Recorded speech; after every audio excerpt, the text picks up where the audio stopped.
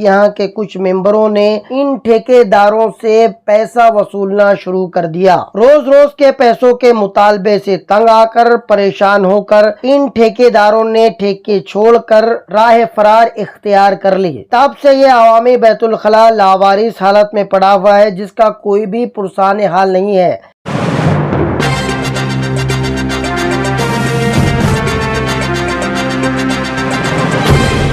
देखते रहिए the prime news Abdul Rahman के साथ।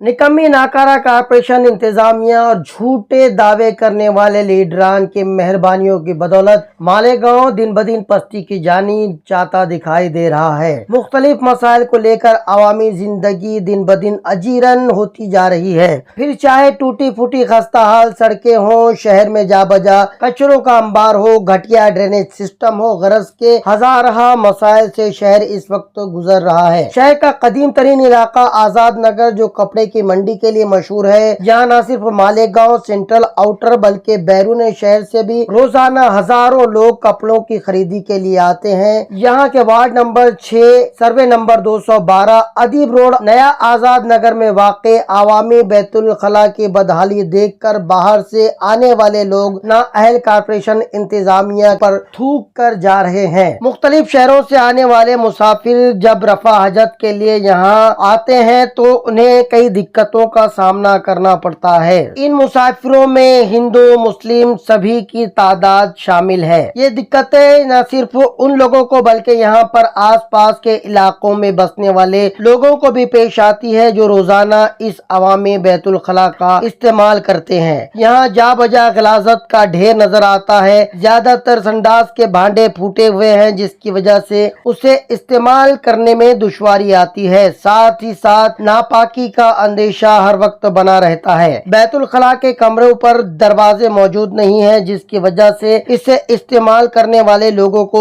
शर्मिंदगी उठानी पड़ती है। सेफ्टी टाकी से निकलकर मैला सड़कों पर आ जाता है, जिससे गुजर कर जाना लोगों के लिए एक दुश्वार मरहला है। यहाँ रोशनी का कोई भी माकूल इंतजाम नहीं है। इसके ठीक पास बनी हुई अवामी बैतुल खला, जिसे किसी जमाने में तोड़ दिया गया था, उसका मलबा आज भी जू तू बरकरार है। सेफ्टी टैंक से आज भी मैला निकलकर सड़कों की जीनत बनता है, जो गटरों के जरिए आसपास के इलाकों में फैलकर बीमारियों को दावत दे रहा है। हम जिस बैतुल खला की बात कर रहे हैं, किसी जमाने में इस अवामी बैतुल खला को ठेका यानी पे एंड यूज सिस्टम पर ठेकेदार को दिया गया था। इस अरसे में ठेकेदार के जरिए पूरी निगरानी की जा रही थी, तवज्जो भी दी जा रही थी, मगर कुछ लोगों के मुताबिक कुछ अरसे के बाद यहाँ के कुछ मेंबरों ने इन ठेकेदारों से पैसा वसूलना शुरू कर दिया। रोज रोज के पैसों के मुतालबे से तंग आकर परेशान होकर इन ठेकेदारों ने ठेके छोड़कर